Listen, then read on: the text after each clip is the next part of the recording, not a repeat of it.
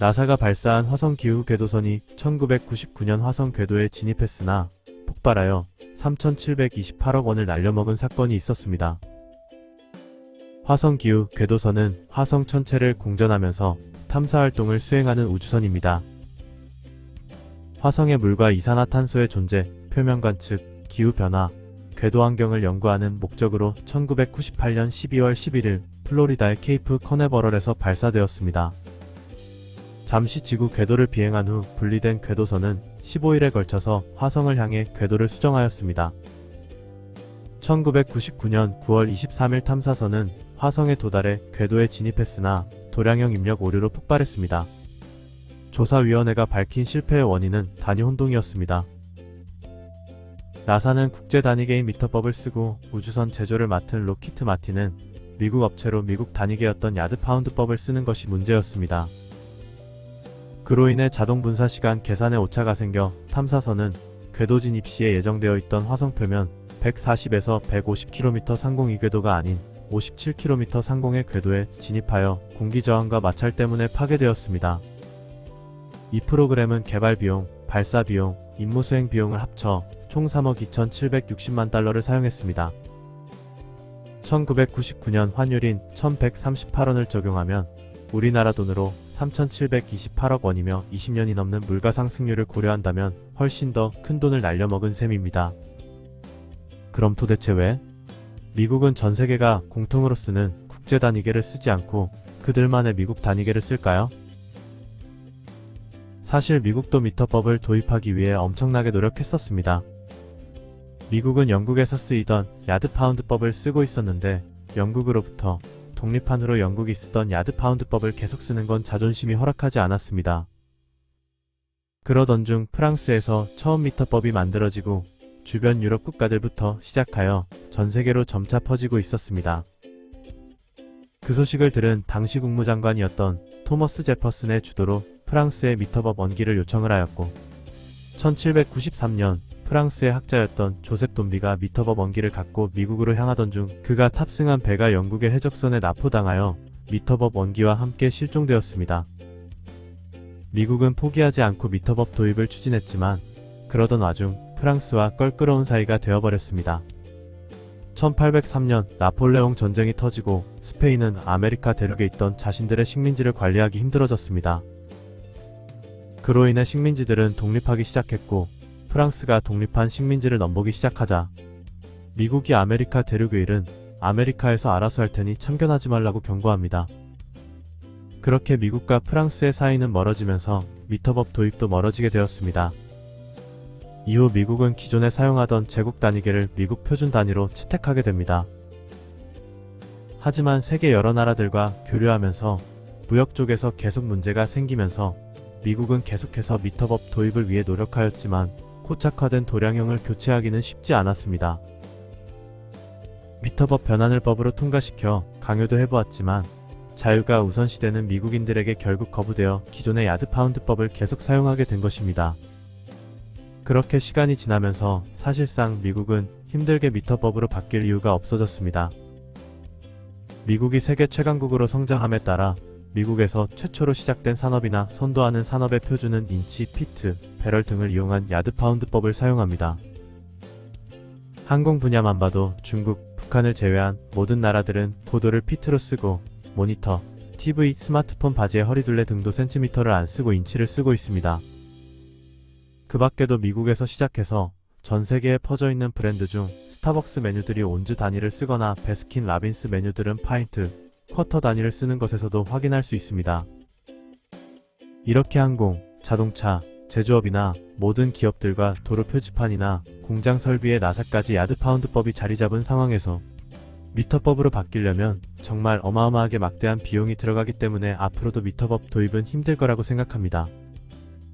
다만 1999년 화성 우주선 사고 이후 나사는 미국 정부 기관임에도 이례적으로 미터법만 사용하기로 했습니다. 미국 외에도 미터법을 쓰지 않는 나라는 미얀마, 라이베리아를 포함해서 3개국입니다. 라이베리아는 건국 때부터 미국의 입김이 매우 강하게 작용했기 때문에 미국을 따라서 미국 단위계를 사용하고 있습니다. 미얀마는 다른 나라에서는 볼 수 없는 독자적인 미얀마 단위계를 사용 중입니다. 그럼 대한민국은 언제부터 미터법을 사용했을까요? 먼저 우리나라에서 미터법을 쓰기 전에 과거부터 쓰이던 단위계에 대해 알아보겠습니다. 척간법은 고대 중국을 기원으로 하여 한국, 일본 등 동아시아 지역에서 쓰던 전통 도량형 제도로 척근법이라고도 합니다. 단위로는 길이를 척과 자, 무게를 근과 관, 넓이를 평, 부피를 대 등이 있습니다. 삼국지 연의에서 관우는 신장이 9척이나 되고 붉은 얼굴에 2척이나 되는 길고 아름다운 수염을 가지고 있으며 82근이나 되는 청룡 언월도를 휘두르고 척도마를 탄 용맹한 장수로 묘사되어 있습니다.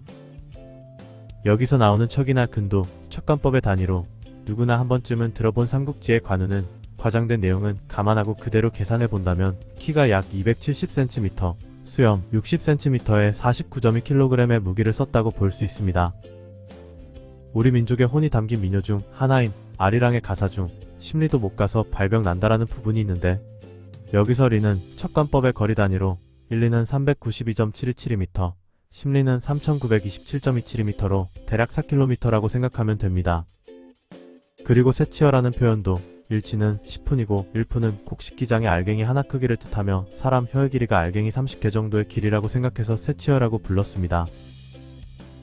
이런 척간법을 계속 쓰다가 1961년 국제단위계를 법정 계량 단위로 채택하였고 1964년에는 법령을 통해 공식적인 일의 척근법이나 야드파운드법 대신에 미터법만을 사용하게 되었습니다. 마트에서 고기를 살 때 무게 단위인 한 근, 두 근 부르는 것과 시골 시장에서 곡물을 살 때 부피 단위인 콩 한 대, 쌀 한 선 부르는 것이나 면적 단위인 우리 집은 24평이다, 36평이다 말하는 것처럼 우리나라에서 현재 미터법이 도입된 이후에도 척간법의 흔적을 자주 볼 수 있습니다. 같은 척간 단위를 쓰던 나라들도 당시 기술력과 정치적인 문제로 국가나 시대에 따라 단위의 크기가 상당히 차이가 있었습니다. 더 나아가 아프리카, 유럽, 아메리카 대륙까지 생각해본다면 각 나라마다 쓰는 기준과 단위는 엄청나게 다양했습니다. 과학의 발전함에 따라 이동이나 운송이 편리해지면서 나라 간 교류가 활발해졌고 무역 거래가 많아졌지만 나라별로 쓰는 단위가 다르다 보니 복잡하고 쉽지 않았습니다. 전 세계가 공통으로 사용할 수 있는 단위계의 필요성을 느끼고 만들어진 것이 미터법입니다. 18세기 말 프랑스 대혁명 시기의 과학 아카데미에서 자연의 질서에 기초하면서 영원히 변하지 않는 생각으로 지구의 북극과 척도를 잇는 자오선의 1000만분의 1을 1m로 정했습니다. 조금 쉽게 말하면 북극과 척도를 잇는 자오선의 길이를 10,000km로, 더 나아가 북극과 남극을 통과하는 지구의 둘레를 40,000km로 정했다라고 생각하시면 이해하기 쉽습니다.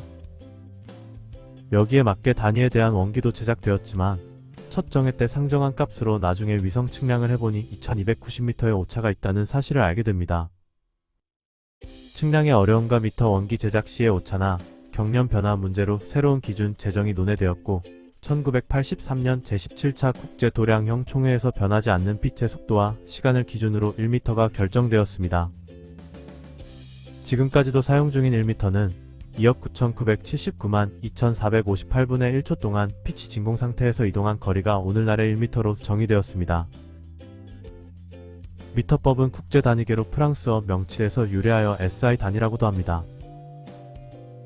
기본 단위로서 길이의 미터, 무게의 킬로그램, 시간의 초, 전류의 암페어, 온도의 켈빈, 물질량의 몰, 광도의 칸델라의 7가지 기본 단위와 이로부터 유도된 유도 단위가 있습니다. 이렇게 정의된 미터법은 주변 유럽 국가들부터 시작하여 세계로 퍼져나갔고 그 덕분에 전 세계 사람들이 편리하게 사용하고 있습니다.